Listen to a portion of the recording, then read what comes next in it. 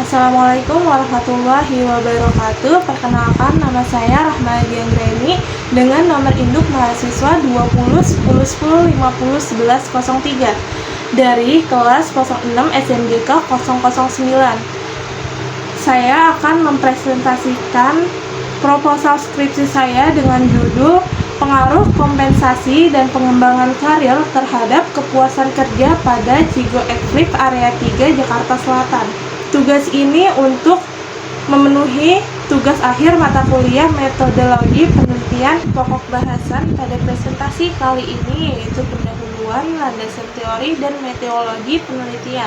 Langsung saja pada bagian pendahuluan ini, peneliti dalam menulis proposal dilatar belakangi oleh berbagai macam masalah. Pertumbuhan jumlah penduduk dunia yang semakin meningkat setiap tahunnya sangat berpengaruh terhadap permintaan kebutuhan akan makanan, menjadi sebuah peluang bisnis tersendiri yang sangat besar.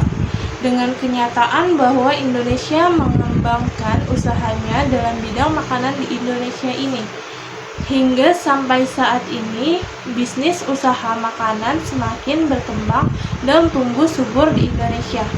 Beragamnya produk baik, barang maupun jasa yang ditawarkan dalam berbagai merek oleh perusahaan dewasa ini telah meningkatkan keinginan konsumen untuk mencoba produk tersebut dalam berbagai merek.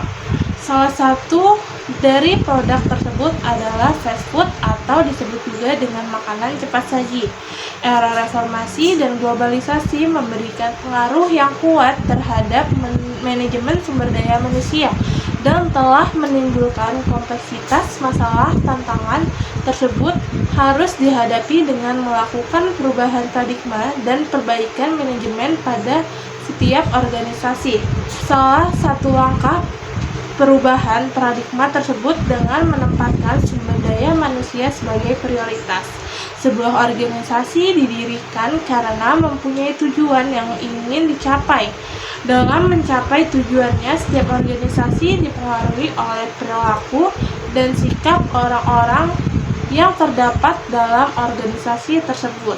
Organisasi pada umumnya selalu berusaha untuk mewujudkan visi dan mengembangkan misi dengan berusaha mengoptimalkan kinerja sumber daya yang ada dalam rangka menjaga kualitas pelayanan dan kualitas produk yang memadai. Diperlukan kompensasi dan pengembangan karir yang baik serta konsisten. Penelitian juga membuat rumusan masalah. 1. Bagaimana pengaruh kompensasi pada Resto Cigo Ekflip?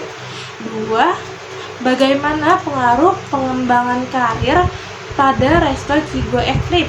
Dan yang ketiga, bagaimana pengaruh kompensasi dan pengembangan karir terhadap kepuasan kerja pada Resto Cigo Ekflip?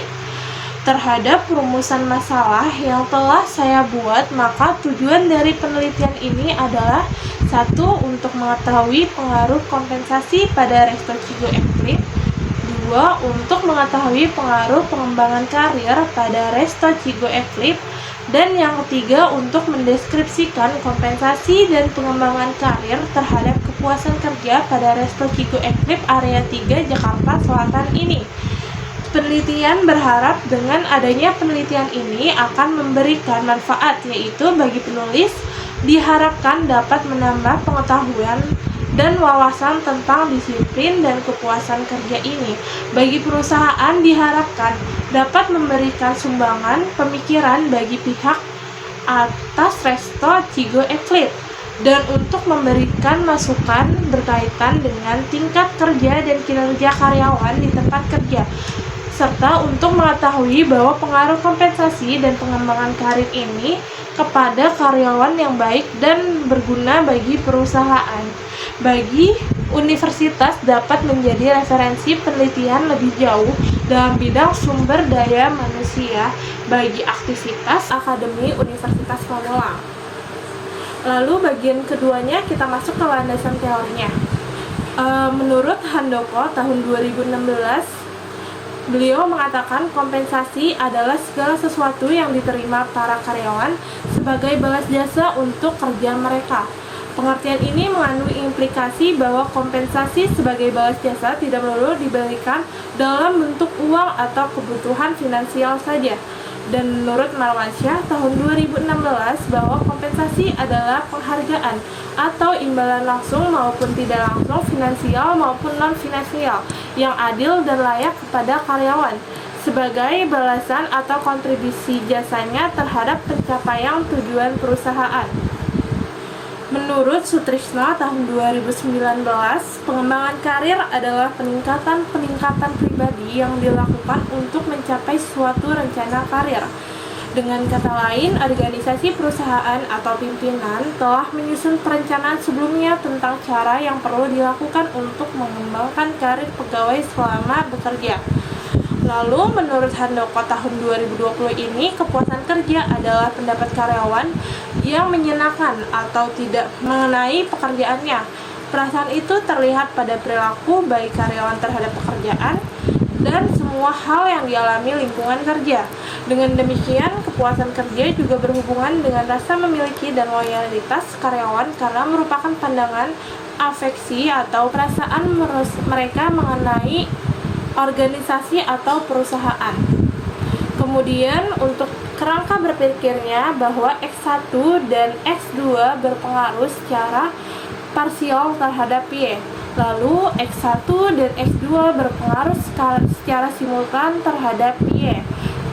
Nah, dari kerangka berpikir ini penulis dapat membuat hipotesis yaitu H1 kompensasi berpengaruh positif terhadap kepuasan kerja, lalu yang H2 pengembangan karir berpengaruh positif terhadap kepuasan kerja, dan yang terakhir H3 kompensasi ini dan pengembangan karir berpengaruh positif terhadap kepuasan kerja pada Cigo Eclipse Area 3 Jakarta Selatan. Selanjutnya kita masuk ke bagian 3.